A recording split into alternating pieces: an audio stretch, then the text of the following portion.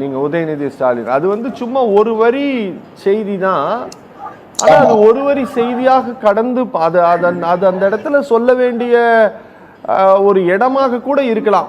நீங்க வந்து ஒரு கவுன்சிலர் பதவிக்கு கூட ஆசைப்படாமல் கொள்கை பிடிப்போடு சமூக பணி மாத்திரமே தான் தங்களுடைய நோக்கம், தங்களுடைய பிரதான காரியம் அப்படின்ட்டு திராவிடர் கழகத்தினர் செயல்பட்டு இருக்கிறாங்க அப்படின்ட்டு அவர்களை பாராட்டுவதற்காக கூட இருக்கலாம்.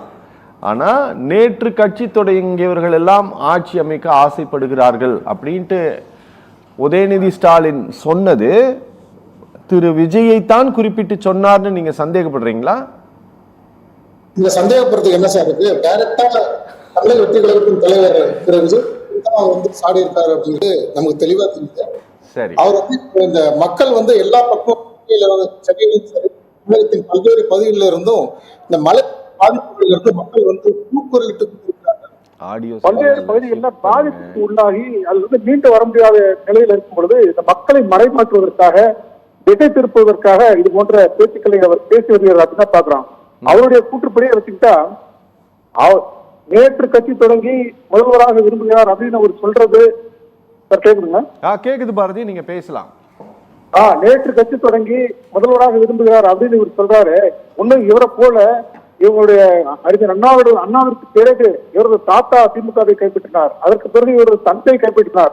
தற்பொழுது திமுகவில் எத்தனையோ மூத்த அமைச்சர்கள், மூத்த உறுப்பினர்கள் இருக்கும் பொழுது, மூத்த தலைவர்கள் இருக்கும் பொழுது அவர்கள் எல்லாம் விடுத்து விட்டு இவர் தற்பொழுது துணை முதல்வராக இருக்கிறார், அடுத்து முதல்வராகின்ற கனவில் இருக்கிறார். 75 ஆண்டு கால கட்சி என்று சொல்கிறாரே, இவர் வந்து கட்சிக்கு வரும்பொழுது, கட்சிக்கு வருவதற்கு முன்பாக மக்கள் மத்தியிலே பிரபலம் அடைவதற்கு எடுத்த துறை சினிமா துறை தான். அந்த துறையில் கோலோச்சிய, அந்த துறையில் அரசனாக விளங்கிய தலைவர் தான் எங்களுடைய தலைவர் திரு விஜய் அவர்கள். அந்த துறையில ஒண்ணுமே ஒழுங்கா பண்ண முடியல. ஒரு 7-8 படத்துக்கு மேல நடிக்க முடியல, மக்களை மூஞ்ச பார்க்கவே விரும்பல. அதுக்கு பிறகு துணை முதல்வர் ஆயிட்டீங்க. நீங்க வந்து தலைவர், எங்களுடைய தலைவர் வந்து மக்களின் பேராதரவை பெற்ற எங்களுடைய தலைவர் வந்து தமிழகத்தின் முதல்வராக கூடாது, அவர் முதல்வராக கனவு காணக்கூடாது என்று சொல்வதற்கு உங்களுக்கு என்ன உரிமை இருக்கிறது? இந்தியாவின் ஒவ்வொரு குடிமகனுக்கும், இந்திய பிரதியாக இருக்கின்ற ஒவ்வொரு குடிமகனுக்கும் அரசியலில் ஆர்வம் இருக்கலாம், அரசியலில் தலைவராகின்ற உரிமை இருக்கிறது. இந்தியாவின் குடியரசுத் தலைவராக கனவு காணலாம், பிரதமராக கனவு காணலாம். இதெல்லாம் ஒவ்வொரு இந்திய பிரஜையினுடைய அடிப்படை உரிமை. இதை வந்து கேலிக்கு உள்ளாக்கி பேசுவது என்பது சந்தர்ப்பத்திற்கு ஏற்றவாறு பேசிக் கொள்கிறார் என்றுதான் பார்க்க வேண்டும்.